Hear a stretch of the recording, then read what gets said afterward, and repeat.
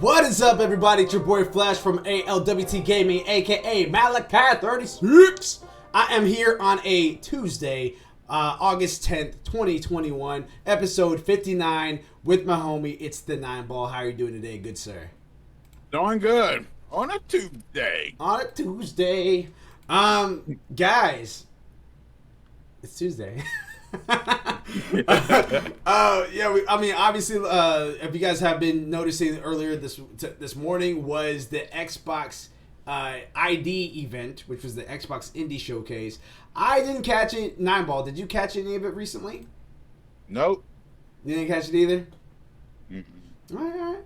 No problem. No sweat off of our brow. If you guys are audio listeners right now on Anchor or Spotify, this is episode 46. We appreciate you guys for tuning in and hanging out with us as we go through all these different video game topics, all these different updates and news for you guys. But we got a little bit of an agenda today. Nothing too crazy, nothing too skimpy either. So we're right there in that sweet spot. But before we jump into that, 9Ball, what have you been playing today? What's going on? What's new with you? What is happening in the video game life of It's the 9Ball Corner Pocket?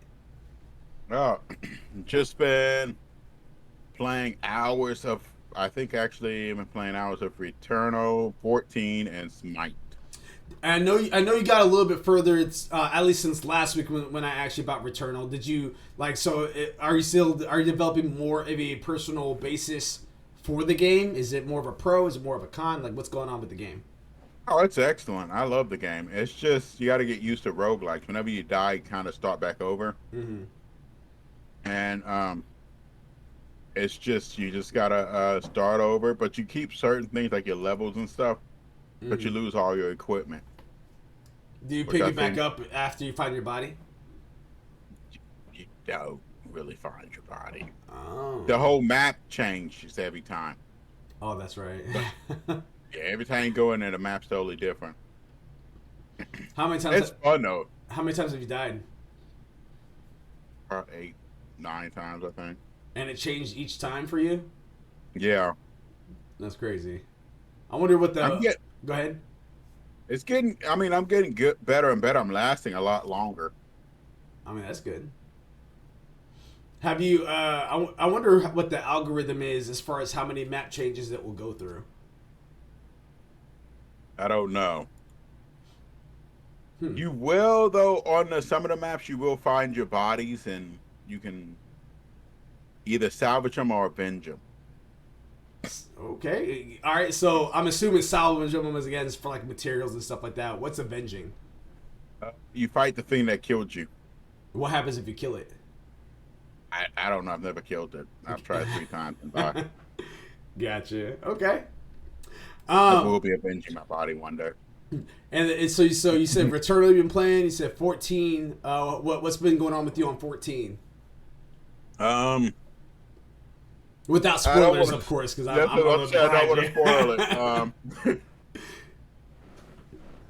I'm pretty far. I'm midway through. I think around midway through level 70. Okay. Um, I got most of my big abilities, my major ability for my summoner, my what is scholar, which seemed to be pretty awesome. Okay. And I, like I said, it's hard not to try to spoil it. So we're just gonna say I'm just off on an island somewhere. Gotcha. Okay. Um, to give you an idea of where I'm at, I just finished the dungeon, the vault. Ah, Yeah, so I just finished the vault, where an unfortunate incident happens. Which, again, for anyone that's currently watching this, if you guys are interested in the Final Fantasy 14 story, I'm not going to say what happens just because I don't want to spoil it for you guys. Even though you probably will forget because there's so much in Realm Reborn, and then Realm Reborn 1.2, 1, or 1.1, 1.2, 1.3, 1.4. Pretty much there's like 8 different points inside Realm Reborn itself before you get inside Heaven's Word. So yeah, so you got a ways to go before you get to where I'm at currently, but and it's the 9 balls even further than I am. But I did get through the vault, got that. It was an emotional moment, but I am itching to play a little bit more. I can't wait to get to the next dungeon. I can't wait to proceed a bit more with the story and all that good stuff. So definitely excited about that. Haven't outside of 14, haven't really been playing a whole lot of storyline based games. So I do want to jump on some more. I mean, of course, I've been playing my FIFA, but I've been playing a lot of Hunter's Arena lately. I've been playing a lot of Hunter's Arena, and that game. Let me tell you, is a lot of fun. I know that last week we tried it. Actually, on Tuesday, we tried it exactly a week from today, and when it came out on PlayStation for PlayStation Plus users, for anyone that has PlayStation right now, PlayStation Plus is offering Hunter's Arena on PS4 and PS5. So not just the next gen consoles; it is last gen as well, or current gen, or current slash last gen, because soon here in the next year or two, PS4s are going to be considered last gen. So on PS4s and PS5s, you guys can get Hunter's Arena. You guys can get the Tennis, the Evolution Pro Tennis, whatever it is, and then Plants vs. Zombies. Those are the 3 games. So if you notice, there hasn't really been like a true... What they've been doing for the past couple months is give you 2 PS4 games for free, and then they would give you a PS5 game for free. They actually haven't done that this month. This month is all stuff that you guys can get on both platforms. So interesting take there. But Hunter's Arena is definitely something that's nice. The queuing system was pretty busted last week because we were trying to queue up for a match and it took us forever in a day. Me, 9ball, and Mildewy Care. It took us a long time to get inside a match. Next day we tried it, kind of the same thing. A very long time to get into a match. Mildewy made a comment that he felt like a lot of the melee characters had an advantage, and then it wasn't long at all until there was a patch that came out, and Friday, Saturday, Sunday, and yesterday has just been phenomenal. Just playing, they balance some stuff out, they buff some characters, they nerf some characters. The queue times are not even long at all, so we're getting side matches like that. oh, okay. Yeah, which that was the biggest thing for me. Because again, the game looked beautiful, it felt great. It's just the queue. 15 minutes for a single match is way too long, because that means that you're only playing 2 matches pretty much within an hour. You're playing 2 matches within an hour because you have 15 minutes to queue, then you have maybe 15 minutes to play, then you have another 15 minutes to queue if you're trying to get into another game after that. So it's just like it was way too long for that. But yeah, and so yes, I am ready to branch out to my other collections I do currently have. Went ahead and re-downloaded Outriders. I'm going to try to get further than that. I would like to beat that game, just so I can beat it, and then if there's more expansions to come out later on that's free or downloadable content, I'll jump on it. But it is one of those games where I want to beat the story, put it in my backlog as far as me having it completed, and then come back to it later after I completed my backlog. So there's that. But enough about that. We're here again, All Things Gaming, every Tuesday, 6 p.m. Eastern Standard Time. We get together, we give you guys video game news updates, and we're just going to kind of talk about it too a little bit, give our thoughts about it. And it's our genuine thoughts, so nothing like super professionalized or anything like that. But it is our understanding of what's going on through each article. If you guys like that, you guys can make sure you guys are sub to our Twitch channel at www.ALWT or www.twitch.tv/ALWT Gaming. Our website is www.alwtgaming.com if you want to check that out. Has all of our content there, which are for our social media platforms, but also has some merchandise in the About Us section, so you guys can get yourself a hoodie, a shirt, a mug, or a mask, since we still are in a pandemic. You know what I mean? And of course, you guys already know, I got right here my grape Raise Energy, grape bubblegum, Raise Energy, inside my Raise Energy coaster, and I am having rocking the shirt, the Raise Energy shirt. If you guys like energy drinks, this has no sugar in it and it's quite tasty. Go to Rep Sports, REPP Sports.com. Type in ALWT Gaming at checkout. After you select your flavors, your workout powders, your water supplements, the whole nine, and yeah, get 15% off your at checkout. So raise energy, raise your roof, raise your spirits, raise your expectations. But yeah, bro, we got 6 stories of this, so we're going to dive right into this bad boy right here. The first thing we have, Crunchyroll. Get the table! So on here, and that's why the thumbnail looks like the Dudley Boys smashing down on us. Oh, yeah. Yeah. It's the Dudley Boys smashing the PlayStation logo. And no, that's not like them smashing like they're dunking on PlayStation. It's actually quite the opposite. They're smashing the competition when it comes down to the anime side, because now they're both underneath Sony. So on here, Jeremy Winslow from GameSpot says, inside the article, Sony has announced that after months of negotiations, the acquisition of anime streaming service Crunchyroll is complete. The service joins fellow anime entertainment company Funimation as an official subsidiary of Sony. The buyout is worth a whopping $1.175 billion, according to the press release. With its newfound resources, Crunchyroll can broaden its reach by distributing its content through various Sony channels like PlayStation. Similarly, Funimation will also take advantage of Sony's deep resource bag. It remains unclear when the two anime streaming networks will ever merge. Chairman, President, and CEO of the Sony Group Corporation, Kenichiro Yoshida, said the company is excited to welcome Crunchyroll to Sony. Quote, anime is rapidly growing medium that enthralls and inspires emotions among audiences around the globe, end quote, Yoshida said. Quote, the alignment of Crunchyroll and Funimation will enable us to get even closer to the creators and fans who are the heart of the anime community. We look forward to delivering even more outstanding entertainment that fills the world with emotion through anime, end quote. Tony Vinciquerra, chairman of CEO and of Sony Pictures Entertainment, Inc., said the buyout adds, quote, tremendous value to Sony's existing anime business, end quote, reiterating that the company wants to create the ultimate anime experience. Quote, with the addition of Crunchyroll, we have an unprecedented. Thank you, because I can't say that word.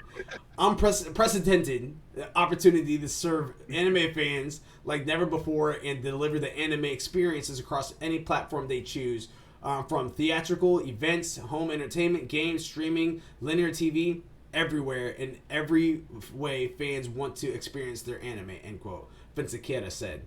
Quote, our goal is to create a unified anime subscription experience as soon as possible.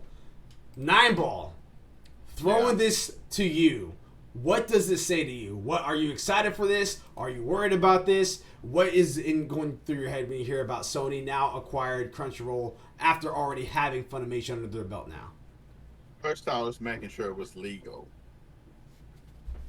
because you can't control the whole market. But then I had to think about something. They do have competition. As long as you got what is considered healthy competition, you're fine. Mm-hmm. So they should. I think they should. Yeah, you got Netflix. There's a Viz Media. Yeah, well, I was about to say, because I wouldn't necessarily say Netflix. Netflix is competition, but it's competition as far as TV shows. Funimation Crunchyroll is strictly anime with some shows in there, but they still are anime based. But there are other stuff that's out there, like, and I know this is kind of another poor example, but Hulu, that's kind of out there that has more animes I think than Netflix does. But there's one I think it's called High Drive.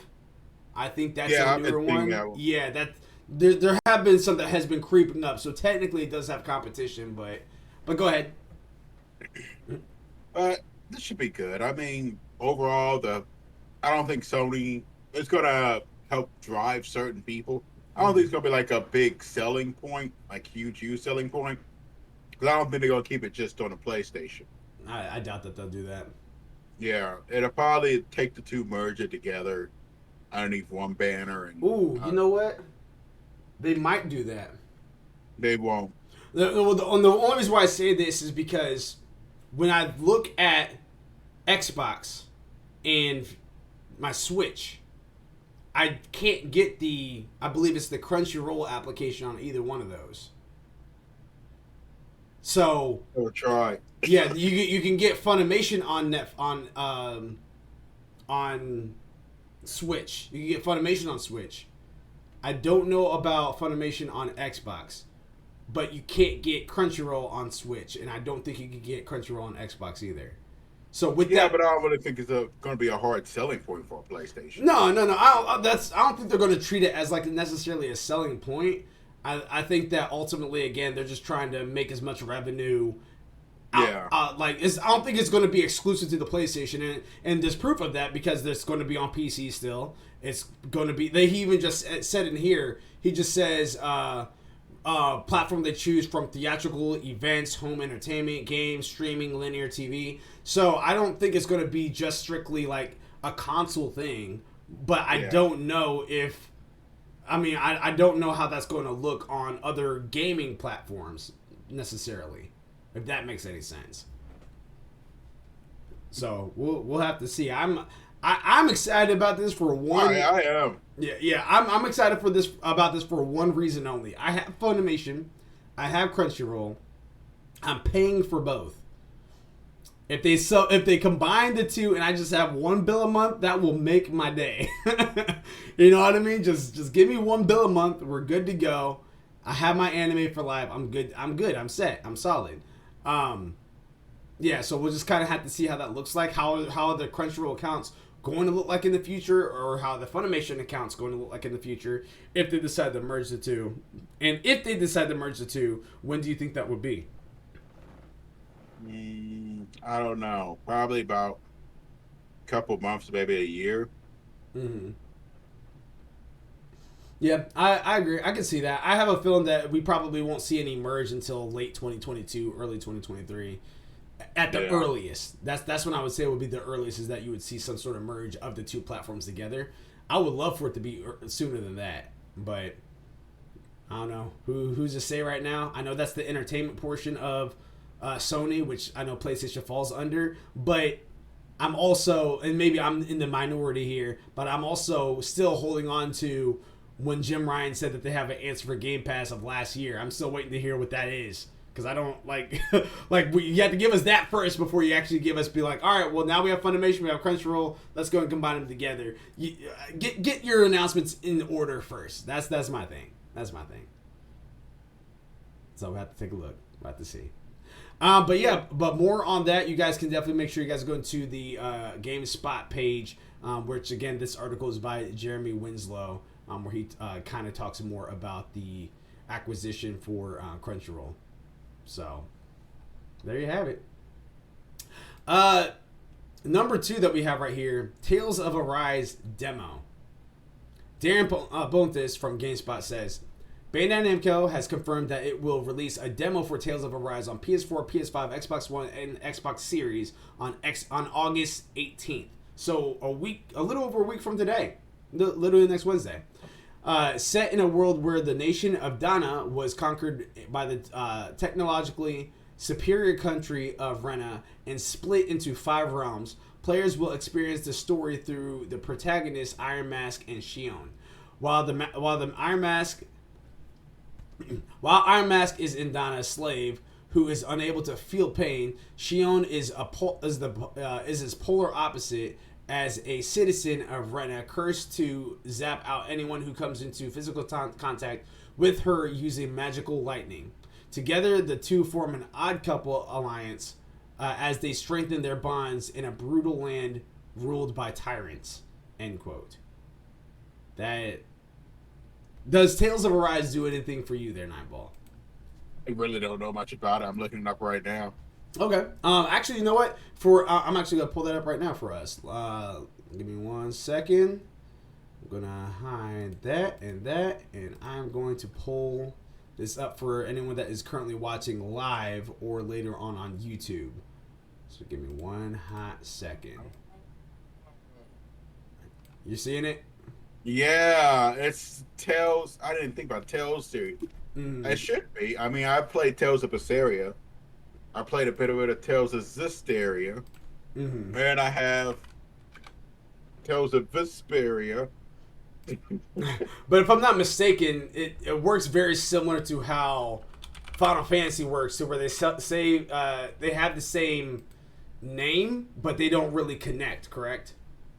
What do you mean? Like Final Fantasy VII has nothing to do with Final Fantasy VIII.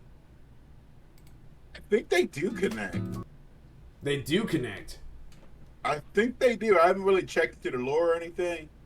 If they do, then that might be bad for me because I think I pre-ordered that, and I have no idea of the previous. It looks nice. Yeah, looks fantastic, which is why I pre-ordered it. I was like, all right, I gotta jump on this.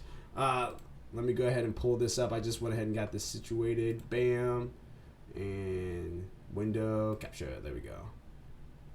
That's fine. Bam. Cool. Bam. And go bring this bad boy down just a little bit.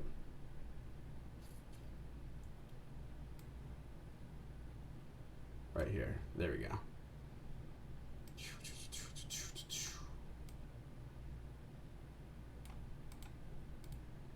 All right. Up. We're almost there, people. We're almost there. There we go. Move this just a little bit more, and bam. All right, about to hit play. Transition. Bam. The Tales series has been one of the most iconic JRPGs that has stuck to its roots heavily. So as you guys can see right now, again, fun, this is the gameplay of it. Looks pretty awesome. But Tales of Arise feels like the biggest step into the next generation so far, while still making any Tales fan feel right at home. Yeah. We'll be reviewing the full game when it arrives, so be sure to subscribe to be notified when the full review drops.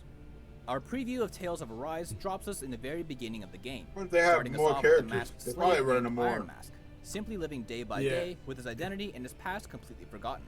But after a run-in with a girl on the run named Shion, they both join a resistance group to fight against the Renan oppression, and both begin to unravel bits of their past. The kicker is that Shion is unable to be touched, with anyone who does getting a healthy dose of lightning. Say it one more time. I got Tales of Symphonia. I need to play it. While Iron Mask has the unusual ability of being unable I'm definitely going to play that. This sets off an interesting relationship between the two protagonists. Yeah, I was about to say, I have yet to actually and her mental barrier of never being able to. I actually have yet to actually play any of the Tales. I wouldn't mind playing any of the Tales of this, anything like this. That feels stronger than ever here. Oh yeah. The short preview that's why I love One of the new ways Tales of Arise has evolved is in its iconic character building skits.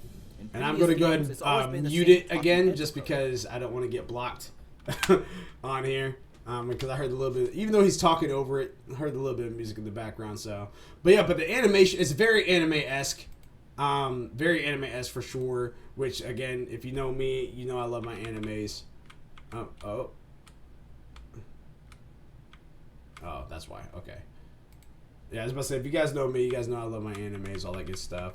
So I cannot wait to see what more this game has in store for us. But yeah, so that's a little bit of Tales of Arise, of how it looks and everything.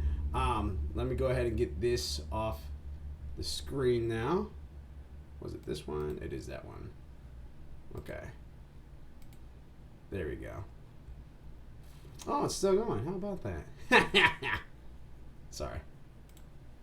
The gameplay, it's real. They're normally really fun. More real-time combat and turn-based. Yeah, it looks pretty cool.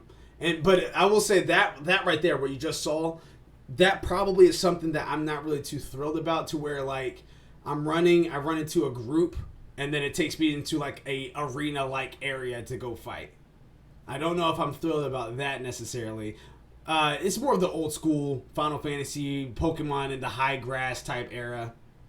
That's kind of the vibes I'm getting from that one. But again, as long as the gameplay's good, story's good, voice acting seems to be pretty cool, I'm with it. So, all right, transitioning back on over. So with that being said, with a demo coming out for Tales of Arise, coming literally a week from tomorrow, how hype are you? Are you excited about that? Does this do anything for your hype levels? What's up? Very hyped now. Shit, I'm gonna check it out probably as soon as it goes in. Probably let it download while I'm at work, come home and play it. There you go. That's the way to do it. Yeah, I'm excited about it. And like I said, I'm pretty sure that's one of the games that I actually did go ahead and pre-order on my... It was either that or Demon Slayer. The Demon Slayer game. It was one of those two that I went ahead and pre-ordered through GameStop. So, very excited about that. Story number 3 that we currently have, Windjammers, which is actually a game I've never really heard too much about, but Windjammers 2 Open Beta. That's what this is going to be about. George Young from GameSpot, the developers and publisher of Dotemu, has announced that Windjammers 2's Open Beta test will start tomorrow, August 11th at 6 a.m. Pacific Time, so 9 a.m. Eastern Standard Time. Players will be able to compete against each other until August 22nd, and the test will span across PC, PS4, and PS5. There will be 4 playable characters in the open beta, and they have their own set of advantages. Steve Miller is great for newcomers and is agile, while Loris Biaggi is the jack of all trades. The newly introduced Sophie de Les is a fast and swift character, and Gary Scott returns to tank hits. Gary himself stars in a new trailer detailing the game's mechanics and gameplay strategies. So Windjammers 2 Open Beta is tomorrow. Have you heard anything about Windjammers? I've never heard of it. I haven't either. I know I just got rid of it, so I'm not going to bring it up again. But I was going to go ahead and show another one. But again, it's called Windjammers 2. I'm going to go and pull this up for myself, though, so I can take a look to see what this is about. Because it doesn't look too interesting for me. For you? Is it like a Battle Royale type? No. Just take a look at it. Look at it right now. It's rated E for everyone. Dotemu presents Windjammers 2. Oh, all right. It's like dodgeball almost. It's a sports game. Yeah. Like you play like ice hockey. It's kind of like Mario Party with fighters. Yeah, it's an overhead 2D. Pretty much. Yeah, it's overhead 2D scroller pretty much. But it looks like a mixture of dodgeball and like he just said, air hockey. So very interesting. I mean, it'll be cool to play for free, or like a party game. That will be cool. Yeah. But definitely not anything that would be worth more than $5. Just by looking at it, definitely not going to be worth more than $5. No, it's definitely not worth that. Yeah. So there you have it. For anyone that's interested in Windjammers, you guys will have the alpha, the beta tomorrow, starting tomorrow for 11 days. You guys can compete against your friends, have a good time. I mean, if you, to be honest, if you're gonna play that, just play Knockout City. Yeah, that's kind of where I'm at too. Like, by the looks of it, now again, Knockout City is different because it's dodgeball. You're 3D. You're running around the city, teamed up with 3 other people, all that good stuff. So that's definitely different. But yeah, that's the kind of vibe I'm getting, is that it should be more Knockout City-esque, if you will. Yeah. Number 4 that we currently have.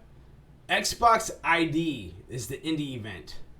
That happened earlier today, but it looks like we might have a little bit more updates about that. So Jeremy Winslow from GameSpot, a second indie game showcase put on by Twitch and Xbox is scheduled to go live today, August 10th at 9 a.m. Pacific Time, 12 p.m. Eastern Standard Time. As you guys are watching this now, it is 6:30 p.m. Eastern Standard Time, so it is well over. Microsoft has Yeah, announced. don't go looking for it. This live might as well look out for like what they had recapped on, but yeah. But as far as the actual live stream, it's already done. This live stream will once again feature tons of independent titles. Microsoft said there will be announcements from developers and publishers, including Chump Squad, LabRat Kind, and Rebellion Developments, Sniper 4, Zombie Army Trilogy. We'll also hear about in-development projects such as the Artful Escape, Library of Runa, Ali World, and RPG Time. Furthermore, Microsoft teased some Xbox Game Pass news and announcements for upcoming live stream, but didn't go into any details of what these are. The live stream will air on both Twitch Gaming and Xbox official channels. You can also view it directly below, and that was on the link earlier. But again, don't bother looking because that event is over. I know that you're a huge indie supporter inside the huge indie games and stuff like that. Does this event in particular, I know you haven't seen it, you probably could go watch highlights now, but does this, of the games mentioned here, we're talking about, again, the Artful Escape, Library of Runa, Ali World, RPG Time, any Game Pass title games. Does any of this, like, interest you at all? Not really, no. I'm trying to find some because none of them sound too interesting. Mm-hmm. What if I'm looking at some? No Man's Sky, Faith of Disenchant, Back Blood, Sam and Max, here. I don't know. Doesn't look too interesting. Mm. Yeah, I'm kind of in the same boat with you to where, I mean, now again, for me, I again, if the game interests me, indie or not, I'm going to be drawn to it. I'm going to want to go ahead and play it. With that being said, out of all the indie games that I have seen in my day of gaming and everything like that, just hasn't really fully grasped me. Like there has, and I know that they'll have the big budget usually and all that good stuff, but it just never really fully grasped me. And it's just because, again, like sometimes it's just, sometimes it might be a graphical thing, sometimes it might just be a gameplay thing, sometimes it might just be really, really freaking weird. And it's just like not up my alley. I'm already not into the weird stuff when it comes to animes. I don't want that in my video games either. Like it's just, sometimes it just gets really awkward. But there are games like, I don't know if you would consider this an indie. I would say it's an indie, but Seafood that's coming out, like I'm very excited for that game. And I would say that that's an independent game. I know they had Absolver, but I think that they were in indie still when they made Absolver. I don't think it was I don't think it was there anything outside of that. But they showed Seafood and that game looks phenomenal to me. Very excited for that.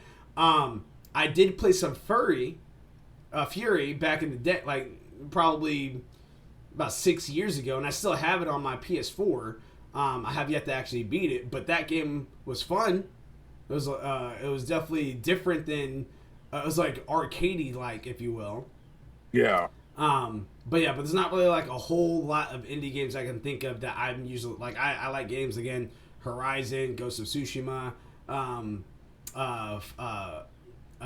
Last of Us, Spider-Man, Final Fantasies, like all those right there that I just named are all they're not indie. Like every single one of them are backed by by Sony or big publisher like Sucker Punch or Guerrilla Games or something. So, but yeah. So with that being said, I'm open to all different types of ideas. But as far as what was mentioned at this particular showcase, nothing really had intrigued me on that. Yeah, I mean, I love my share of them. I mean, I do have quite a bit of indie games I like, but I'm kind of looking at some. Mm-hmm. You see what this Faith of Disenchant is. But I have to look through the thing, and I don't feel like going through that. Well, I will probably have time to go through the whole show. Mm-hmm. I want to get through it eventually and just watch them. So I might come back with a different opinion once I watch some of these trailers. Okay. But overall, they got too many shows. I mean, the shows used to be good because, to be honest, it was one show back in the day. So yeah, like the big E3 show, they would always throw the best at you. It feels like with all these little shows now, it's like they're trying to kill time sometimes. Yeah. Well, we just want this to last 30 minutes. Okay, well, we got this, and this.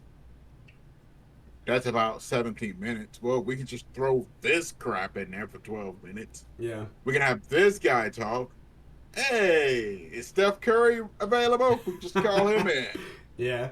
and I agree to a point, and I think the pandemic doesn't help the scenario. Yeah. But I also think that and the reason why I say that, I know that Xbox and PlayStation and Nintendo are capable of having banger showcases even in the midst of the pandemic. Because last year, PlayStation had two big OMG events that were fantastic. Now, granted, they did have a console to show and also a price to reveal and a date and all that good stuff. They had that to show and everything, so that was huge. But they also gave us the games. We got Spider-Man Miles Morales for the first time. We got Kenna, Bridge of Spirits. We got Jet the Far Shore. We found out about Demon's Souls, the remake from Bluepoint. We got like literally all these different types of games. Ratchet and Clank Rift Apart.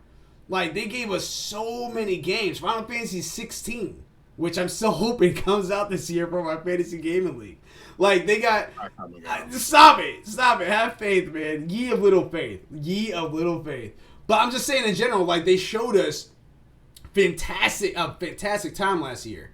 At the beginning of this year, it was freaking Nintendo. They hit us with Pokemon Arceus. They hit us with a little bit more stuff from Super Smash Bros. They hit us with, I think it was the Pokemon Shining Pearl and whatever. Whatever. Let me look it up because somebody has it on the Fantasy Gaming League. It was Pokemon Brilliant Diamond and Shining Pearl. They hit us with that.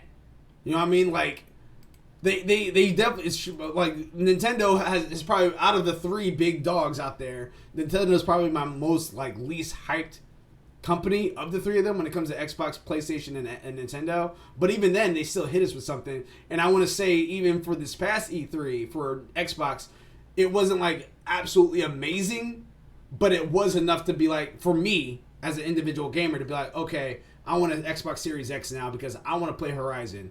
I want to go ahead and play Horizon, Forza Horizon, that is.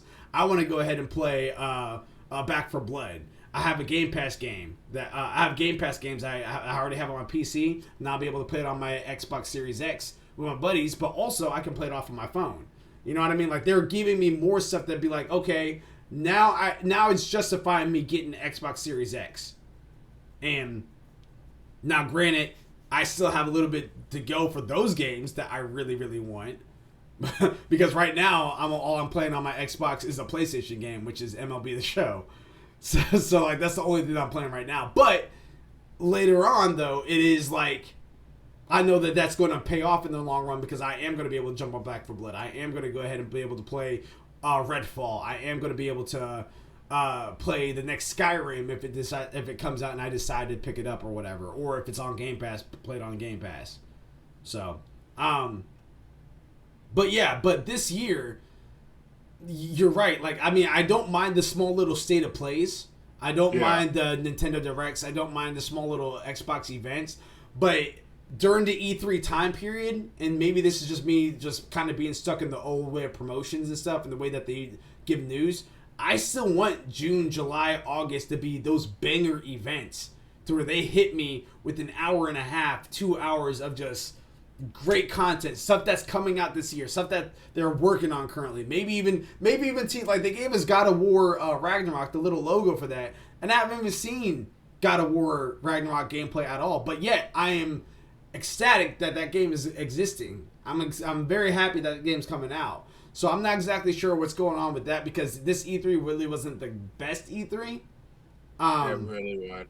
Yeah, it wasn't the best E3. It wasn't terrible, but I don't know. It depends on the company. It really depended on the company. Yeah, because some of them were bad. But in a fair point though, Naraka Blade Point was introduced to me at E3, and we got to play that through the beta, and we had a good time with Naraka Blade Point. Got some W's under our belt. You know what I mean?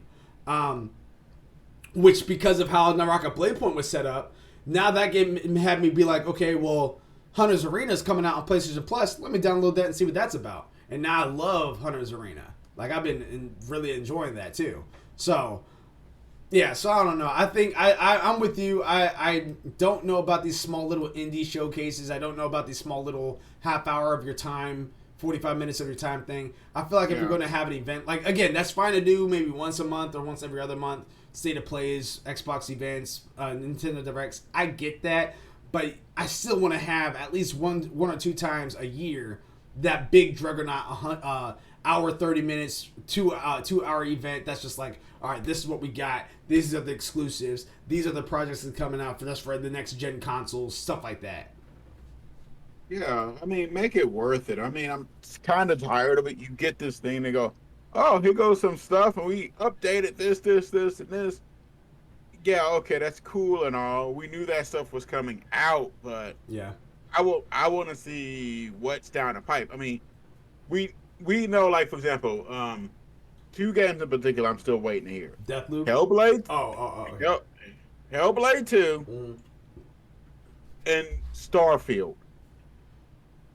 We've been going through this all year, and we really have gotten only a trailer for one of those, and one trailer for both. Basically, we got a trailer for Hellblade 2. There's a trailer for Hellblade 2, but it really doesn't show much. There's a trailer for Starfield, and it exists. And that's supposed to come out the end of next year. It exists. Yeah. It's somewhere. Mm-hmm. You know, there's a Gear 6 coming out somewhere down the line. Mm-hmm. I have this running. Okay, I found it. I'm gonna have to watch this later though, for the indie event. Yeah, and it's so many. And I mean, I want to see if they show at least maybe more of the than they just released it. Plague's Tale Part 2. Oh, don't you have that on Plus? Yeah, they had a Plague's Tale 1, but a Plague's Tale 2 is in development. Ah, interesting. Okay. I guess ultimately, all right. I understand marketing of how it has to be for marketing when it comes down to certain games. You're going to show your bigger titles, aka Deathloop, Ghostwire Tokyo. You're going to show them multiple times. You're going to show them more than once because it's a brand new IP, and you do want your audience to support it and be excited for this, and you want to show them a little bit more. For me, am at the point to where I've seen clearly enough of Deathloop. I don't need to see any more of Deathloop. You know what I mean? So when they had the event not too long ago, and I saw more Deathloop, again, looks cool, but I feel like I just kind of wasted my time at this point because now we have like 8+ trailers of Deathloop. Like, give me something else. You know what I mean? Like, yeah. I don't know. I almost want to say it would have been better for them to not have the event at all versus what we ended up getting, unless they were going to give us more information, more gameplay of stuff that they haven't shown us more of that's already been announced. For example, Sifu. I am very excited about Sifu. Bummed it's got pushed to 2022, but that was a game that I was really excited about. Kenna, Bridge of Spirits. Like, we've seen a decent amount of gameplay for that. Now we're a little over a month away from that game releasing, and I'm very excited about that. But I would have rather seen more Kenna than I would have of Deathloop at this point, because just like they're really pushing Deathloop, but Kenna looks better to me. I don't know. Maybe it's because Deathloop is a full game and Kenna is a $40 title. Because that's what it is. Doesn't seem to be a full game. It'll be considered like where Hellblade 1 is considered a AA launch more than a AAA launch. Yeah. But it's by Ember Labs though too, which is also like an indie developer. So, I don't know.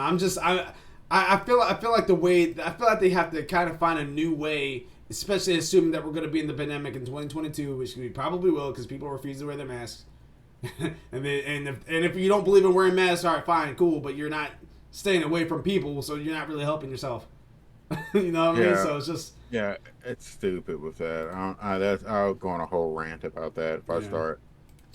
but yeah, so assuming we're going to be in a pandemic, I really hope that Sony and Xbox and Nintendo find new creative ways to give us something that's more professionalized and condensed. Because pre-pandemic, I think we had the Indie Showcase, we had PC Gamer Awards, we had the Game Award, the VGAs itself, Video Game Awards, and then of course a Twitch event. But the big mother of all mothers was E3. Like, that's what you had, was E3.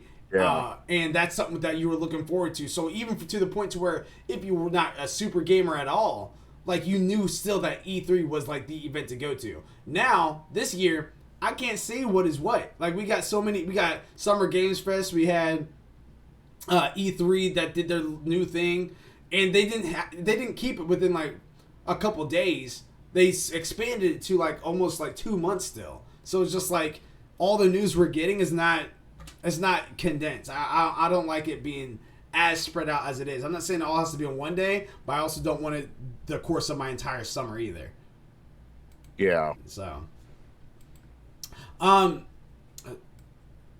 me ask you, Nineball, how interested are you for Back 4 Blood?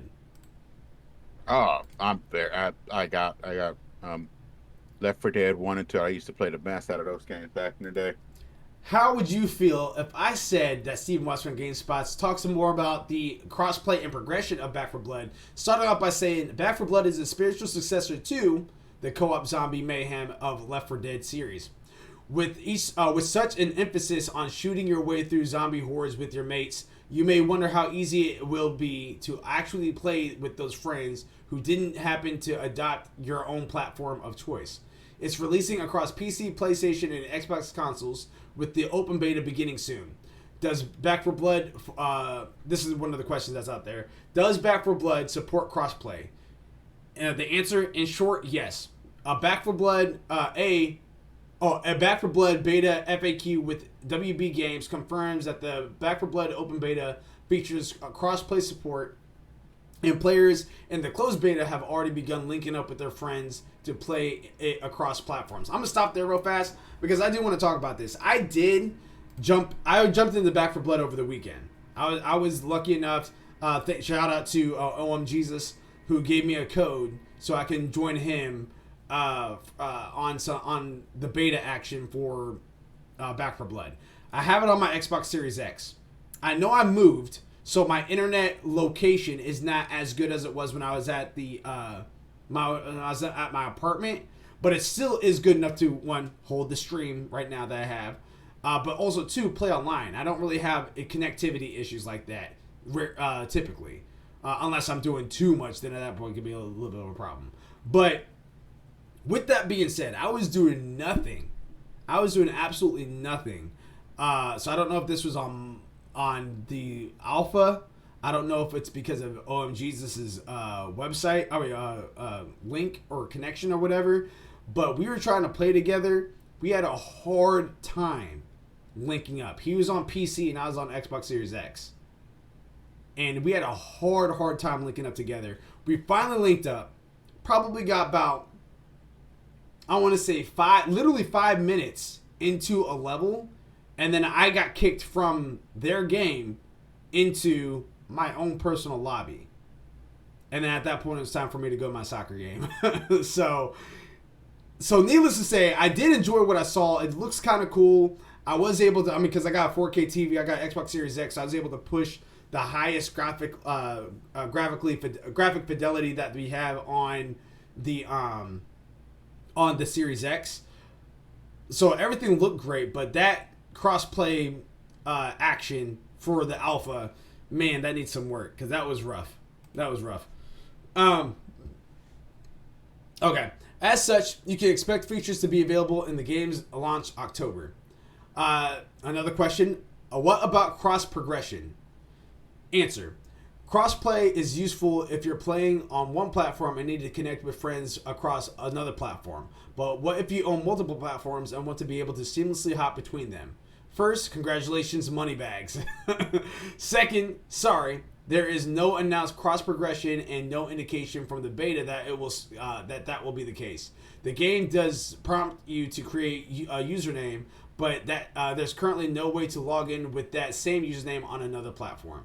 That means there's effectively no way to carry your progress from one platform to another. The good news is that there isn't much progress to be transferred anyway, at least for the time being.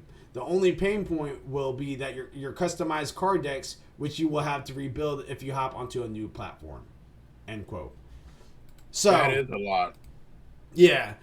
So, and I am lucky and blessed enough, and I think you're kind of in the same boat too as well, minus the Switch. But I am lucky and blessed enough to have all the consoles that are like the major platforms. I have a gaming PC.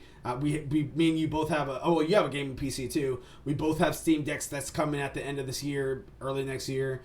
I have an Xbox Series X. We both have PS5s now. I got a PS4. You know what I mean? I have a Nintendo Switch. So I have majority of pretty much any game that comes out that I want to get. I have the capability of getting it at this time. The thing, though, is that I wasn't planning on buying Back 4 Blood because I have Game Pass and it's going to be on Game Pass. So I wasn't planning on buying Back 4 Blood. But had I wanted to jump on over on PlayStation 5 or on my PC or anything like that, that sounds like it would have been a huge struggle because there's no cross progression, which would have been a problem. Final Fantasy 14, I won't have that problem. I can just log on my PS4. I can log on my PC. As long as I have the games downloaded on those platforms, I'm into my account and I'm good to go. Even Fortnite has that. Yeah. So I'm kind of curious as to why they don't have cross progression for a game that is going to support crossplay. This is why I was excited, but at the same time, kind of not. I believe Back 4 Blood is made by Turtle Rock. Let me check. They said WB Games. I wonder if that's just the publisher. That's the publisher. Turtle Rock Studios, the makers of Evolve. They made the original Left 4 Dead, which was excellent. Left 4 Dead 2, which were great games. And then they made Evolve. Yep. Which honestly, I heard really wasn't that bad. It wasn't terrible. It's just bad marketing, and it requires teamwork. Let's just put it like that. Okay. And you've played Smite with, random Randys. You're right. You are correct. You are correct. Yeah. Yeah. It requires a lot of teamwork because your team has got to save your life sometimes, and not just run away, and maybe not go for an achievement. Like the infamous Crown achievement. Yeah. You would have to. In Left 4 Dead, there was an achievement called Crown. You could kill a witch. If you can kill a witch with one headshot, you got the achievement. Everybody went for it. Usually you died because somebody went for the achievement. And she'll just start screaming. She screams. She just knocks somebody down and just slices them up. Yeah. But the only bad thing is, like I said, Turtle Rock is. It should be good, but I just hope it's good. Yeah. For two reasons. Number one is because basically I do like the Left 4 Dead, and I feel like it's been dormant for a while, and I think it's time for it to come back. Number two, if it's really good, Ohio, this could save you and possibly screw over Silent pretty bad. Well, it's not going to save him. He's definitely locked in last place. That nothing's saving him, but it might screw over Silent a little bit. Yeah. Which we will be going over the fantasy gaming standings as well here in a minute. Who knows? Ohio might land back in the positives. Nope. Oh yeah, back in positives. Let me not count him down. Yes, he might land back in the positives. Actually, since we're on this subject, let's go through that list real quick.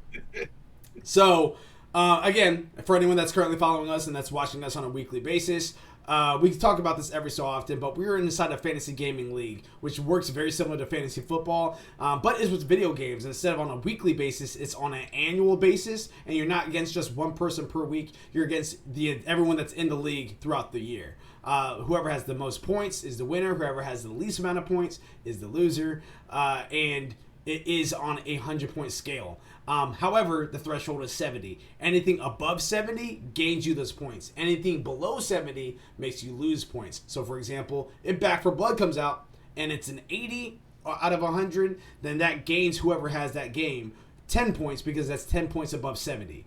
If you have a game that's, for example, let's take a look at this Biomutant, which got him a 67.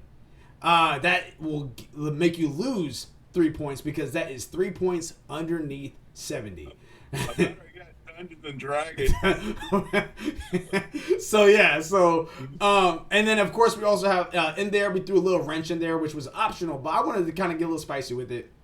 And there's these things called counter picks, to where after we all select our draft picks, which we all selected 4 games up front, you can have 8 teams on a roster, so that way you have the most points possible. But after you have your draft picks, we go around for one more pick, and you have to pick a game that's on your opponent's list. Only one game, but that game, if it drops and does poorly, the person who had counterpicked that game gains those points, while that person that has the game loses the points.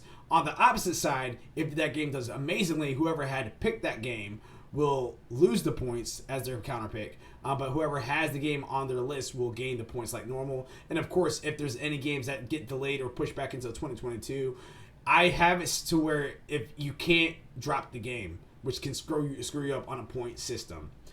So, without further ado, I am representing ALWT Gaming. I don't have a single game that's released yet. Everything is still pending. But here's what my list is looking like.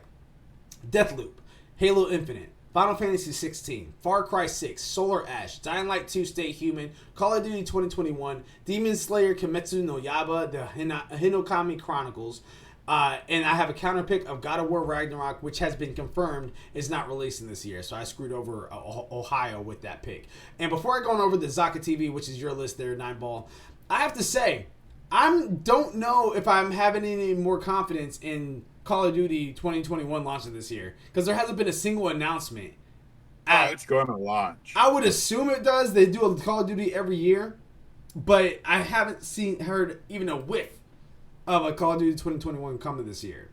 Let's because I got some news I need to read into, but if WoW's doing as bad as they are, Call of Duty can help make up the slack for them. Call of Duty 2021 Vanguard.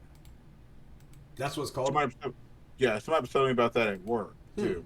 Same name. Interesting. Going on over to your list. You have, which you are comfortably sitting in second place right now. You have Resident Evil Village, which got you 14 points. Returnal, which got you 16 points. The Medium got you 5 points. Ruined King, a League of Legends story, which is pending to come out. Oddworld Soulstorm, which got him 1 point. Guilty Gear Strive, which got him 15 points. Mario Golf Super Rush, which got you 1 point. And you have an open spot, so I'm curious to see what you're going to be picking up. But you also have a counter pick of Legend of Zelda Breath of the Wild 2, which has been confirmed not coming out this year, so you screwed over fantasy football a little bit with that pick. But I have to ask, I'm going to stop again and make this comment. Who in their right mind would have thought Oddworld Soulstorm and Mario Golf Super Rush would score better than Dungeons and Dragons Dark Alliance and Biomutant? I thought Biomutant was going to be good the way they was building it up. Exactly. Like, there's that. Not only that, but like, so you have Oddworld Soulstorm, unknown title, but it's like an older type game and everything like that. Yeah. But so you have that. But you have Biomutant that's supposed to be like this second coming type scenario. Didn't happen. And then you have a big name title, Dungeons and Dragons. This is not like just something rinky dink. This is Dungeons and Dragons, and it got we'll talk about that in a minute. But it did poorly. So just wanted to throw that out there. Thought that was kind of interesting. It's sort of interesting with stuff like that because they have the same problem with not World of Warcraft. Warhammer 40K, where like when I was watching like Loot and everything, because he said it's got like more middle of the road style games. You have the few gems in there like Warhammer Space Marines and Vermintide, but most of them are like I'm playing Inquisitor. Like I played a bit of Inquisitor while I was out of town. It was okay. I mean, so far it's okay, but I don't know. It's just this. I don't know how they mess those type games up. It's so much wealth, story, and world. I mean, the Imperium of Mankind in 40K owns over 1 million worlds. So basically, you can just do whatever you want, pick a world, do whatever you basically want in it, and they could basically say it's part of 40K, and it probably can. And somehow they mess that up. Yeah, I don't. Yeah, I don't get it. Yeah, I don't get it, man. I got. Go ahead. But I say I got the Chaos one coming up. Oh, Chaos Demons. yeah. But that won't be out till 2022. But that's the thing about those types of games, like board games and stuff like that. Mm-hmm. For some reason, I don't know if it's a curse or what, but they never really do. The Madden curse. In fourth place right now, actually, is Carrot Patch Inc., which is ran by Mildewy Carrot. He has Monster Hunter Rise, which got him 18 points. Cannon Bridge of Spirits, which is pending to come out. Shin Megami Tensei 5, pending to come out. Psychonauts 2, pending. 12 Minutes, pending. It Takes Two, got him 18 points. Diablo 2 Resurrected, pending. He dropped the game and is waiting to go ahead and pick up another one. And he has a counter pick of Five Nights at Freddy's Security Breach, which is still pending to come out.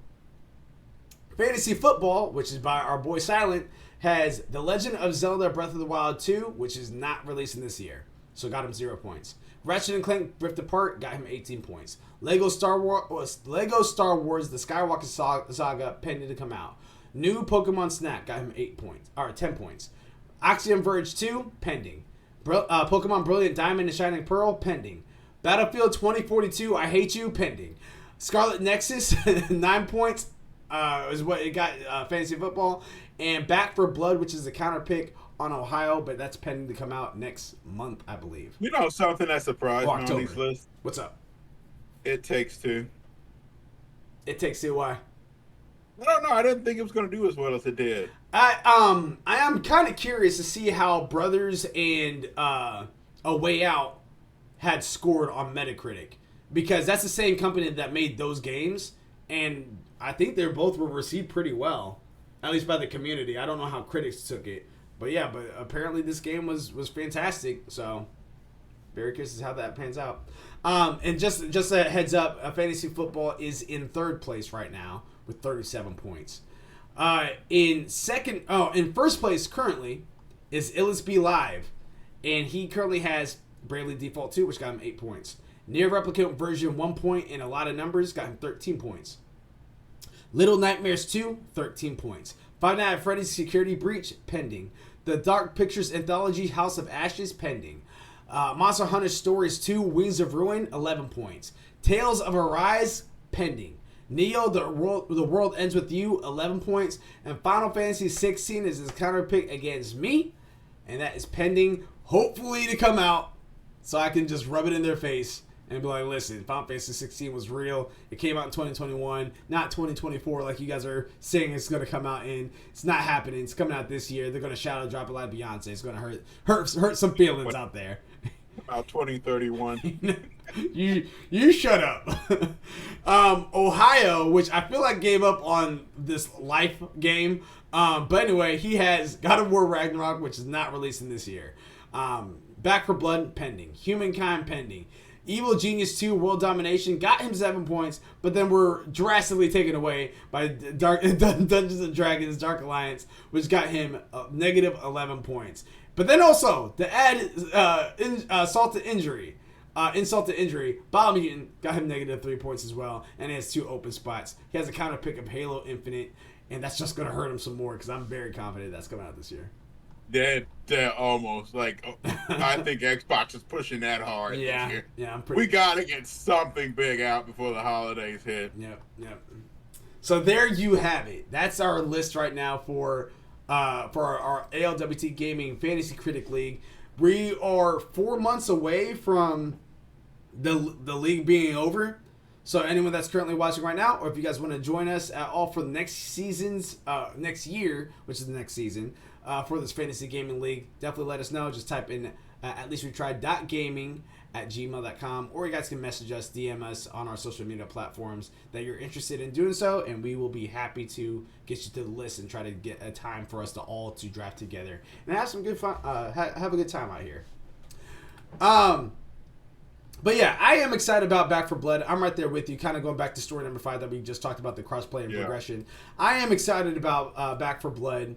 After playing it, I definitely think that it's going to be a game that is going to be perfect for Game Pass, because I wouldn't buy it just for the simple fact that after I get through the campaign portion of it, I might jump inside the competitive portion a little bit, like from time to time, but I don't see myself spending a whole lot of time just doing competitive or anything like that. Because I don't think I did that a lot with, even thinking of my time for Left 4 Dead. I didn't do that a lot for Left 4 Dead. I would just do the campaign, bam, and then after that I was pretty much done. I did again the PvP portion of it where I was a zombie a couple times, and then my friends were the heroes, if you will. But yeah, I don't think this would have been a game I would have legitimately just spent money on, knowing the type of game that it is. So. And lastly, it's not a video game story, but it is in the entertainment business. Story number 6, AMC accepting Bitcoin. Yeah, you heard that right. So, David Walensky from GameSpot says, AMC has announced that all of its U.S. theaters will accept Bitcoin as payment for tickets and snacks by the end of 2021.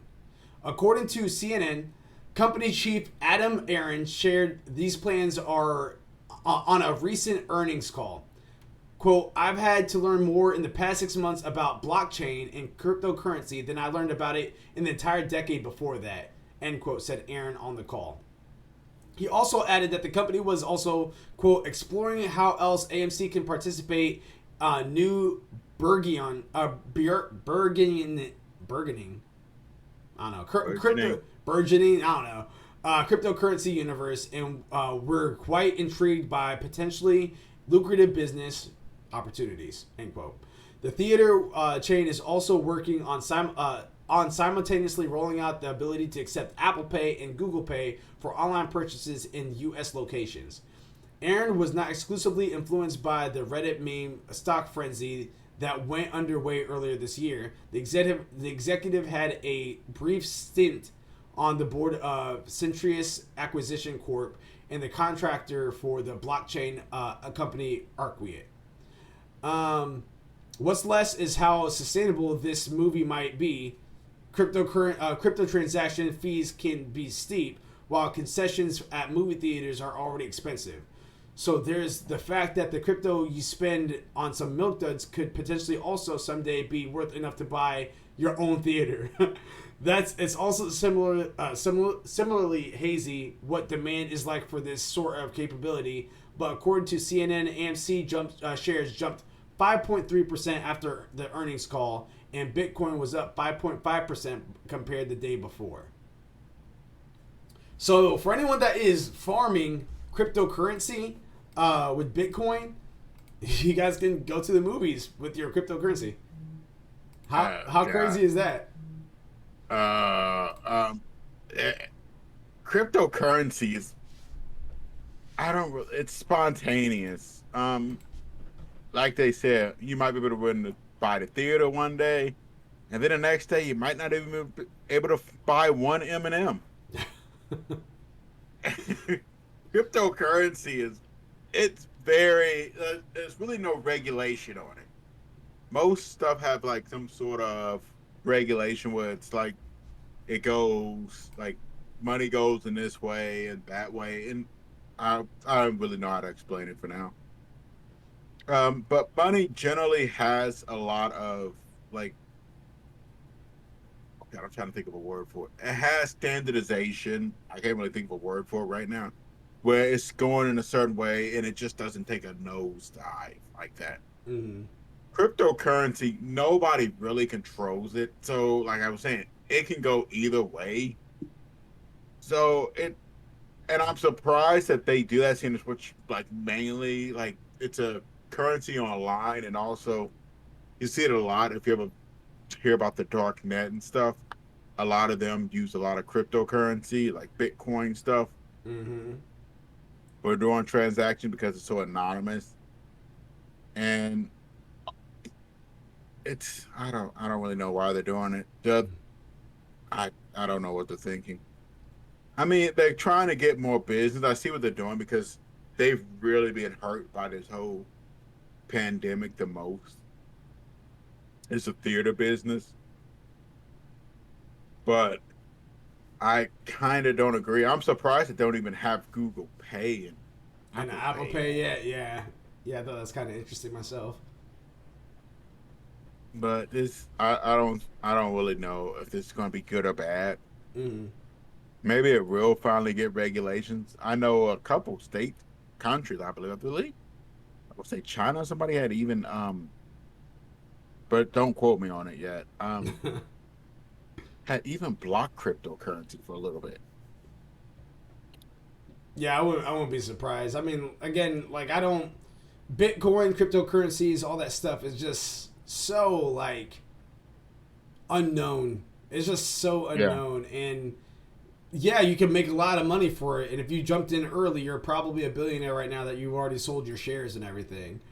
But it's just like, You might not be because, like I said, I remember it was up excruciatingly high for a bit there, and you can mm, get a bunch of stuff. But I believe it took a nosedive. let's take a look because the last time I checked, it was at I think it was at $320,000 a share or $32,000 a share, something like that. So let's see what Bitcoin is up to right now. Bitcoin price is at $45,513.70 per dollar. So it's up. It's definitely up. At one point, it was down to $29,000, but now it's back up to almost $46,000 right now. Actually, looking at this chart, it's saying it is at $46,000, $339.90. And the amount you got to use to, the only risky thing is the amount of resource I believe you have to use in order to mine it. It just takes quite a bit of electricity because you got to leave your system up and running for a Mm-hmm. while to have it pull it on out. Yeah. Yeah, one I don't know. Bitcoin. So just imagine if you had two Bitcoins right now. If you had two Bitcoin dollars, you're almost at $100,000. That's crazy. That's just two Bitcoins, two of them. You had $100,000. Yeah, that's what is disadvantage of Bitcoin: black market activity. A lot of black market activity you have. Yep. Unregulated and unbacked cyber hacking. If somebody hacks your account, I forgot about that. They don't really have like a way to recover your account. So if you forget your password to your Bitcoin, it's just gone.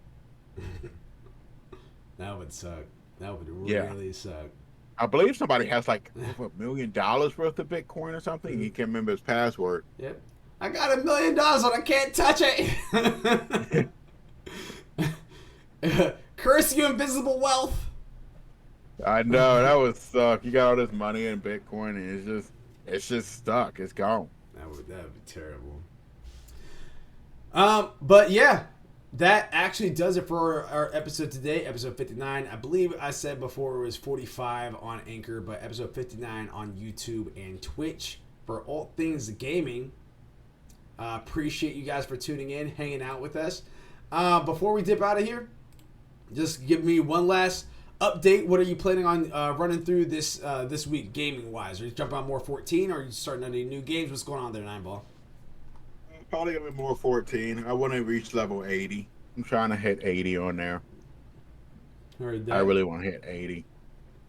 I got Final Fantasy 7 downloaded, so eventually I'm gonna go back to that. But it's gonna be predominantly 14. Heard that. Yeah, and I'm right there with you. I'm probably going to jump on some more 14, maybe some Hunter's Arena. Like I said, I have Outriders downloaded right now, so I'll probably go through a little bit of that at least until my buddy gets through his little trial, and then after that we'll see. I would like to run through it, like to get it done and put it in my backlog as completed. But we'll see. We shall see. This Thursday is going to be Smite Night. And as anyone that's been watching on Thursdays, our Smite Nights have been hit or miss as far as dual streaming goes, because normally I would stream on YouTube and Twitch. But again, ever since I've been here at the new location, some days it's been perfectly fine. Other days it just won't chop up, and then other days it'll work fine for about halfway through the stream and then start glitching out, which will have us revert down to streaming only on YouTube. So if you guys are planning on paying attention on that for Smite Night, that's going to happen 8 p.m. Eastern Standard Time this Thursday. But you might want to have YouTube and Twitch pulled up, so that way if we end up having to stop one of the streams, you guys can still be part of the action, part of the fun, part of the hilarious comments that come out of our mouths, that whole nine. Not this Saturday, but next Saturday is our 9 to 5 segment for August. So be on the lookout for that. We're going to give you guys a heads up a couple days before of what game we're going to end up playing for our 9 to 5. And that literally is how it sounds. At 9 a.m. Eastern Standard Time, we start streaming. We take a little hour lunch break in there. And then we end up around 4:30. So we have half an hour to talk about what the game entails, what we liked about it, what we disliked about it, and go from there. So, yep. So that's going to be taking place, like I said, on Saturday, which is August 21st. Yeah, and then, of course, bringing it all the way from a week from today, which is going to be another episode of ALWT Things Gaming, 6 p.m. Eastern Standard Time. Tune in on Twitch, tune in on YouTube, if you guys missed the Twitch channel. All that good stuff. Having a great time with it. And yeah, that's everything I got. I got nothing else. Do you have anything else there, Nineball? Just stay safe. I mean, we're going back to COVID season. I didn't want to go backwards, but we're going backwards. It's getting terrible. Yeah, everyone stay safe, cover up, get vaccinated, all that. Yeah. Yeah. And until next time, everybody. That is, I am Malachi36, aka Flash, with It's the Nine Ball representing ALWT Gaming. Until next time, everybody. Control, Alt, Complete. Peace.